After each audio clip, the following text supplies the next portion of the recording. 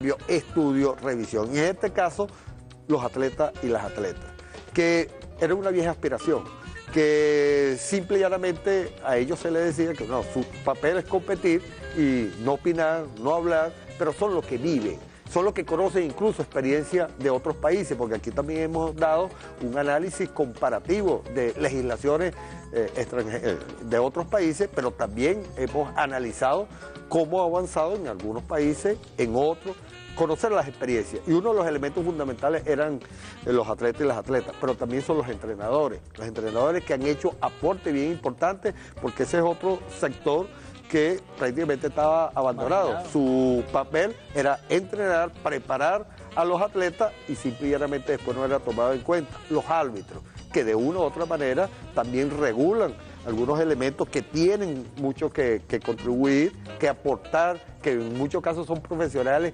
investigadores en la ciencia deportiva. Aquí nosotros creamos una universidad, la Universidad Deportiva del Sur, que tiene, entre otras cosas, la facultad para la investigación de la alta competencia de los elementos técnicos. Los trabajadores y las trabajadoras del Instituto Nacional de Deporte y del Ministerio, que también tienen muchos elementos que aportar. Y por supuesto, las federaciones, que en muchos casos son atletas conocidos en ese ambiente, el Comité Olímpico Nacional, que también ha dado aporte bien importante, y aquí a veces también hay que desmitificar algunos elementos. Las federaciones y el Comité Olímpico también han planteado la necesidad de que los atletas participen, que participen los entrenadores, que estén dentro de las estructuras. A veces ha existido controversia en cuál es el nivel de porcentaje de participación, cómo va a ser, que eso no afecte la actividad deportiva, que son elementos que forman parte de ese debate, porque aquí tampoco es que vamos a acabar con las asociaciones, no, al contrario, la federación al contrario, la estamos fortaleciendo.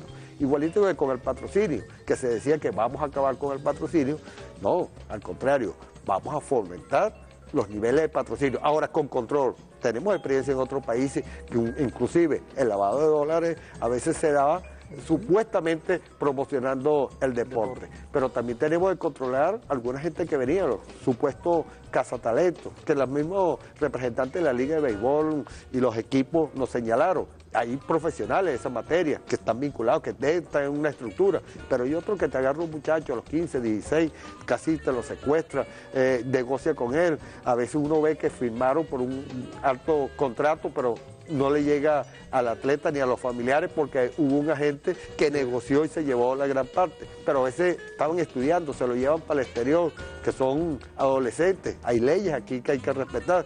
De 1000, a lo mejor sale una estrella. Bienvenido, ese salvó su vida desde este punto de vista económico, que regularmente después más nunca representa al país, porque hay esos cambios. Pero quedan 999, a veces en el abandono, que dejaron los estudios, que quedaron frustrados. Entonces, son niveles de protección hacia donde tenemos que avanzar. Eso es lo que abarca la ley. Ahora, ¿cómo lo hemos construido?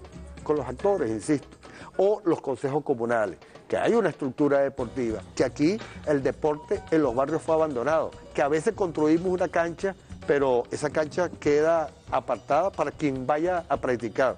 En esta ley obliga también al ente rector, el Ministerio del Deporte, el Instituto Nacional de Deporte, que en cada cancha tiene que haber un instructor, tiene que haber una estructura que fomente eso. Es como tú construir una escuela sin maestros, una cancha sin entrenadores, sin alguien que direccione, que supervise, que trabaje en función de eso. Así hemos concebido la masificación. O en las cárceles, hemos creado un subsistema penitenciario como forma también de combatir el ocio que hay en las cárceles, pero también para reinsertar al grupo de venezolanos que puedan participar. Vamos a crear o vamos a desarrollar los juegos interpenales para de verdad formar parte de una política.